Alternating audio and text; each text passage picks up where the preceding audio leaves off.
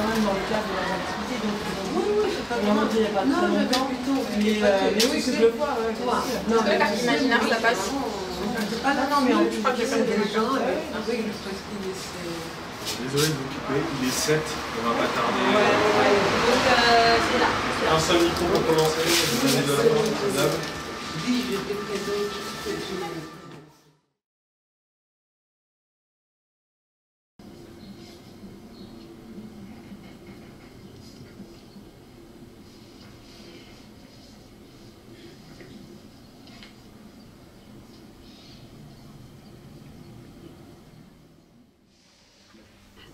Non, c'est toujours, c'est vraiment émouvant de voir tes films chaque fois, parce que c'est il y a une pureté des films et puis il y a une évidence de film à film, quoi. Il y a toute une œuvre qui se construit chaque fois. On se dit qu'elle était déjà au bout avec les films précédents, puis encore t'en trouves un autre à faire. Moi-même, je suis étonnée. Sur un sujet assez proche comme ça, tu suis un fil et chaque fois, chaque film raconte toute l'humanité, quoi. C'est vraiment fort parce que tu en as fait plein des films sur la langue, traduire, langue parlée, d'une langue à l'autre, tout ça c'est des films déjà qui racontaient beaucoup et là encore tu arrives à aller à creuser un sillon qui nous renvoie à tous les autres films que tu as fait, puis qui nous renvoie à nous tous, parce que plus c'est précis, plus ça va loin dans quelque chose de très particulier, plus évidemment ça devient universel complètement, quoi. Donc voilà, c'est des films très forts, puis bon, formellement, c'est assez extraordinaire, parce que c'est sobre, c'est froid, c'est dur, enfin, froid, non, c'est pas froid, mais justement, ça a l'air comme ça, froid, c'est intègre, c'est rigoureux, c'est exigeant, c'est très respectueux des gens et tout ça. Et en fait, c'est épatant. Tu fais des plans, séquences, chaque fois en interview, c'est un moment. C'est comment elle montre pas ça. Les gens ont parlé comme ça si bien pendant ces 3 minutes ou 2 minutes ou 30 secondes. Et donc c'est très impressionnant. 5 sur 5, voilà. Et en fait, malgré comme ça cette chose assez formelle, très, très forte, mais qui est très fluide, et ben en fait, c'est hyper émouvant, c'est très respectueux, c'est très tendre. Tu parles en plus d'histoires très particulières, de gens que tu arrives à croquer comme ça en 2 séquences, 3 séquences, et on les aime tout de suite, alors qu'il y a une distance comme ça, une chose très respectueuse et qui nous rapproche en fait. Et puis en plus dans celui-là, avec tous les écrans qu'il y a, ce jeu avec les écrans est super fort parce que ça pourrait comme ça nous mettre à distance. Puis en fait, on passe à travers tous ces écrans pour les approcher encore mieux. Donc c'est vraiment très beau. Puis en plus, c'est pas des écrans gratuits. C'est pas une mode. Tu fais jamais des films à la mode ou parce qu'aujourd'hui on a toutes des tablettes, des téléphones. Il faudrait qu'on mette des choses à l'écran. C'est parce que c'est un sens pour eux. C'est un outil génial pour eux parce qu'enfin. Il n'y a pas que l'oralité, il y a le visuel qui est leur outil qu'ils n'avaient pas avant. Ils ne pouvaient pas se téléphoner, donc là maintenant avec ça, donc c'est très fort parce que ça a une vraie raison d'être. Et puis bon, ça nous parle aussi à moi, en tout cas, ça me parle évidemment du cinéma aussi, hein, du début du muet et tout ça. Ça a beaucoup c'est un miroir vraiment métaphorique de beaucoup de choses de cinéma aussi. Et puis le travail sur le son aussi est très fort parce que bon, on a presque 1 heure de pas que de silence, mais quand même c'est un film sur le silence aussi qui plein de sons en fait. Enfin, c'est un silence très très sonore parce qu'il y a tous ces bruits de bouche, ces bruits de corps, tout ce qui émane d'eux, qu'ils ont été forcés parfois à faire malgré eux. Donc ça c'est très fort aussi tout ce que ça raconte. Et puis, en même temps, tu as un travail sur le son vraiment beau, une sobriété, encore une fois, exceptionnelle, pas une musique ni rien. Et en même temps, ça nous met dans une attention aiguë, quoi. Enfin, je sais pas moi, en tout cas. Je regarde encore mieux, je suis toute happée par l'image, et ça nous fait réfléchir aussi sur... Bon, évidemment, on est un peu comme... On se projette un tout petit peu dans ce silence qui les habite, Et en même temps, voilà, on se dit qu'est-ce que c'est d'avoir silence et qu'est-ce que c'est de vivre ça. Enfin bon, c'est vraiment très, très beau tout ce que le son apporte au film. Là, on a travaillé le plus. Oui, j'imagine. Ouais. Bon, là, je parle un peu, mais après, j'ai pas envie de parler trop longtemps parce que on va t'entendre. Je suis contente que tu... Non, j'entends vraiment la cinéaste, ça me fait vraiment plaisir. Bon, après, formellement, oui, il y a beaucoup de choses à dire. On en parlera, j'imagine, avec toi.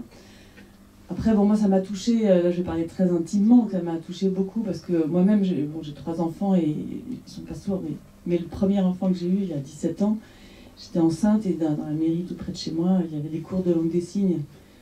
Puis, je sais pas, j'ai voulu apprendre la langue des signes. J'étais enceinte, mais on ne sait jamais.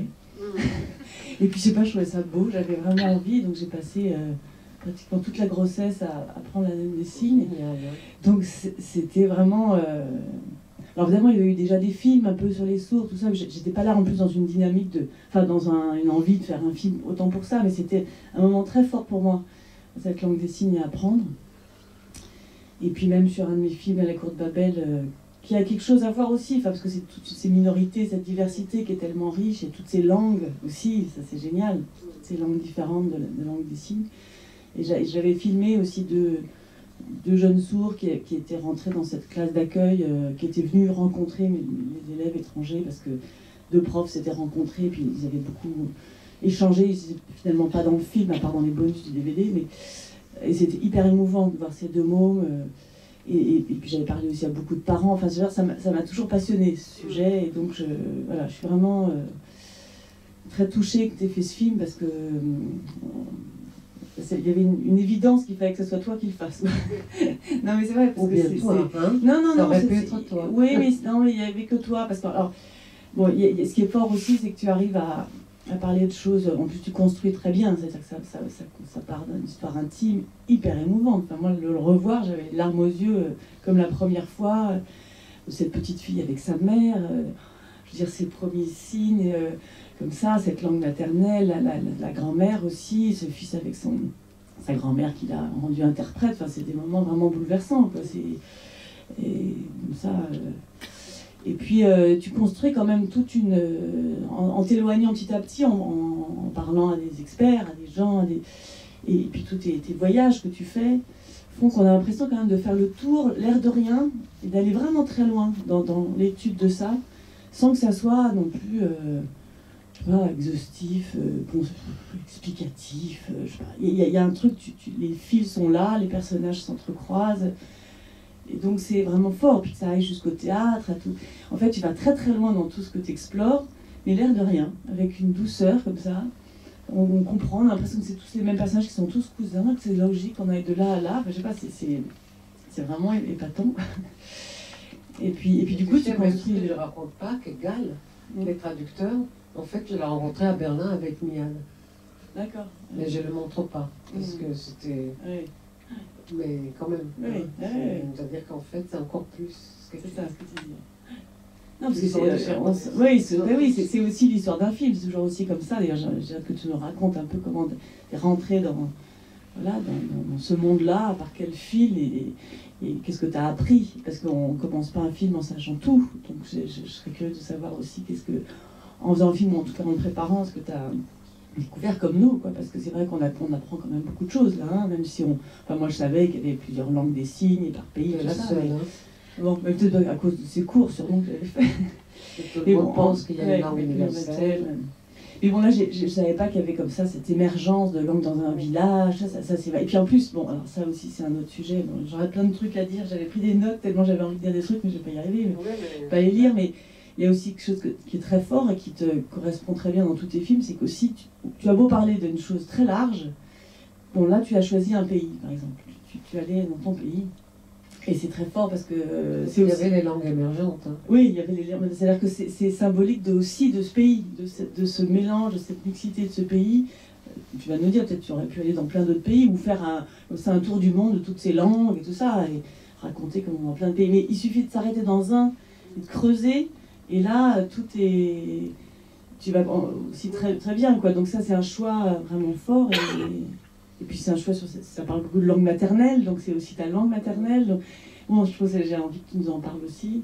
Enfin bon, voilà, je te dirai d'autres trucs parce que je sais pas, il y a tellement de choses que je peux dire, mais je sais plus. Enfin en tout cas, sur ce pays, c'est En fait, quand tu dis ça, mon père est né à Berlin. Et le monsieur qui dit qu'il a rencontré son directeur d'école de Berlin, donc la langue des signes allemande est la base de la langue des signes israélienne. Et en fait, ça se passe à Berlin où il y avait une école la plus importante de sourds.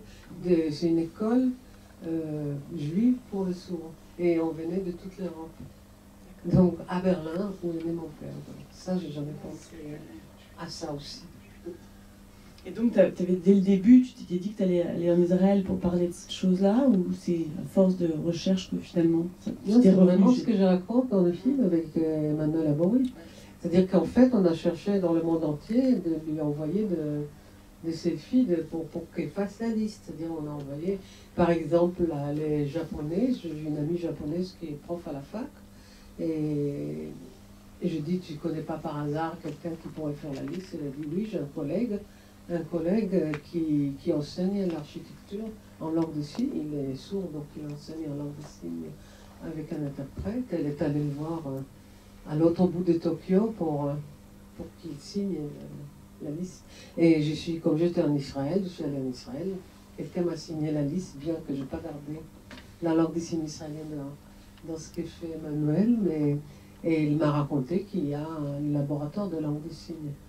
Alors là, je suis allée voir les chercheuses, et là, ils m'ont dit qu'il y a ces langues émergentes, et que la langue des signes israélienne elle-même, c'est un mélange de langues. Tu l'aurais fait dire, c'était impossible de part. Mais au départ, c'était le petit film qu'il fait pour la musique. Oui. Et tous ces trajets qui sont tout simples, tout sobres, mais tellement beaux aussi en voiture, qui vont c'est en train. C'est en train, voilà. Et en fait, il y a un tout petit bout, c'est celui que je filme, que quand on prend le train, aussi la voiture, qui longe comme ça la mer. Et comme c'est entre Haïfa et Tel Aviv, comme le laboratoire à Haïfa, c'était l'occasion de... Mais j'ai toujours regardé, mais il y a vraiment, c'est pas long, hein, c'est quelques kilomètres, hein, c'est là. Hein. Mais ça raconte aussi ton trajet dans ce film. Mais c'est vraiment pour aller à Haïfa, vraiment. Hein. Donc, comme j'allais souvent, je ne pouvais pas ne pas... Et d'ailleurs, je filmais ça avec l'iPhone. Pardon.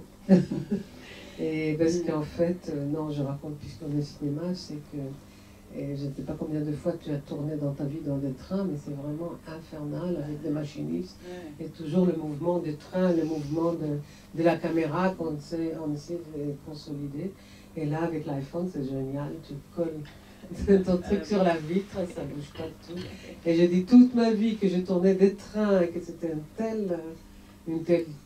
C'était vraiment, on a tourné et tourné, ça bougeait toujours, avec 10 machinistes et assistants, etc. Et là, je colle mon iPhone et l'image est encore mieux que celle, parce qu'elle a un peu de grain que j'aime beaucoup. C'est bien que tu es venu en bleu. Oui, c'est vrai, j'ai pas fait exprès. Et alors, le son, donc tu disais que tu as beaucoup travaillé le son, parce que c'est une évidence dans ce film, mais quand même, comment...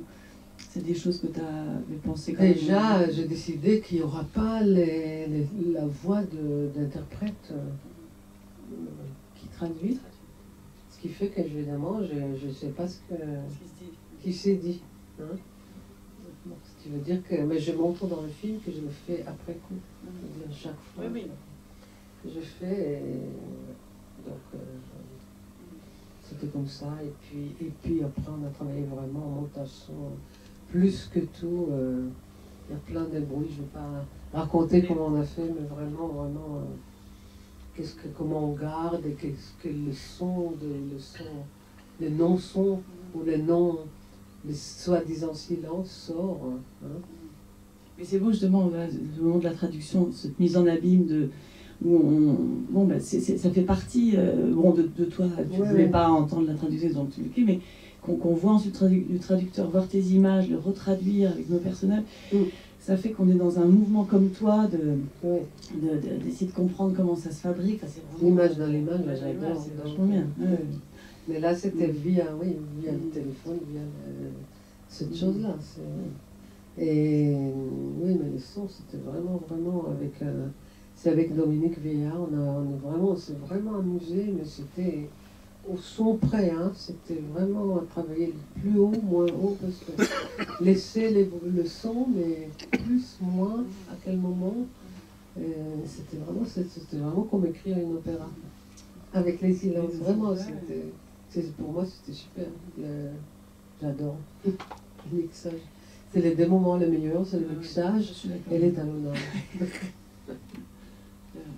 Et puisque après je vous parlerai, hein, parce que mais c'est vrai que on dit toujours que la langue, elle construit aussi la pensée, quoi. Elle est révélatrice d'abord de notre culture, de tout ça. Mais alors là, c'est d'autant plus fort qu'elle est en plus un reflet de l'histoire, quoi. Et que tu arrives vraiment à le montrer. Tu parles de la langue des signes, mais tu parles aussi de manière générale des langues, encore une fois. C'est une langue. C'est vraiment une langue. Mais du coup, ça vraiment... il faut l'entendre, parce que c'est tous ces trucs là sur le blé, là, sur l'année, c'est vachement beau. Et que du coup, ça s'étudie, et que c'est comme toutes les langues sont pareilles, celle-là aussi, mais tu parles d'une manière générale de la langue. Et qui est le reflet de toutes les tristesses qu'il y a eu. Et quel est le premier mot et lait, et c'est le lait, mais et pour la petite fille, c'est un signe arbitraire. Ça n'a rien à voir avec traire une vache. Donc on voit comment les signes, c'est fait, c'est traire une vache. Nous, on le sait, mais la petite, elle ne sait pas. Elle a la limite, elle fait ça. Puisqu'il y a une langue bébé, hein, ça peut faire ça, ça fait ça. Et c'est un signe pur, hein. Je veux dire, c'est un signe arbitraire pour elle. Et on voit comment ça se met en place, quoi. Je trouve ça. Mais c'est la petite qui a inventé ça, hein. C'est elle qui a inventé le signe, tu veux dire? Non, qui a inventé c'est elle qui lance. Hein. Qui lance, ouais, d'accord. Ouais. C'est elle qui lance le sujet. Elle a bien compris ce que je voulais. J'étais là, c'est elle qui fait la mise en scène. Hein. Et quelle famille géniale aussi. Ouais. Je veux dire, c'est formidable tout ce que ça raconte, ces 3 générations. Mais je crois que c'est pas par hasard que la fille est tellement sûre d'elle-même, qu'elle a tellement vite compris ce que je voulais sans que j'ai... Elle a vite compris, oui, on voit que tout les rapports entre la grand-mère et la mère, les rapports entre la mère et sa fille, oui, et le père. Et du coup, aussi, elle a l'habitude, hein, parce que on sait qu'elle organise les choses, que tu veux, je vais t'accompagner pour chercher son frère. Donc, non, pas du tout, je vais aller seule. Comment tu les as trouvés, ces personnages? Et Debbie travaille comme assistante de recherche à la... Oui, donc d'abord c'était par la recherche que tu as trouvé, c'est ça. Je voulais un peu rester autour du laboratoire, en fait. Ce qui fait, même lieu, même les personnages sont liés entre eux. Les personnages sont tous liés entre eux. C'est-à-dire même Miad, elle travaille avec le laboratoire. Hein. Et Gal, j'ai trouvé via Miad, donc ils sont liés. Et les théâtres fait partie de la recherche du laboratoire. J'ai tourné autour et je dois juste dire que Irit Meir, il y a l'une des chercheurs, elle voulait vraiment, elle m'a écrit une semaine avant la première ici qu'elle ne pourra pas venir parce que sa santé ne permet pas. Et elle a dit, mais tu vas me raconter, et toi et Wendy, vous allez me raconter comment c'était. Et c'était vraiment 10 jours avant, et elle est morte avant que le film sorte. C'est vraiment chaque fois une tristesse par rapport à... Elle voulait venir hein, à la première film. Voilà, donc c'est aussi un hommage à elle parce qu'elle est là, quoi.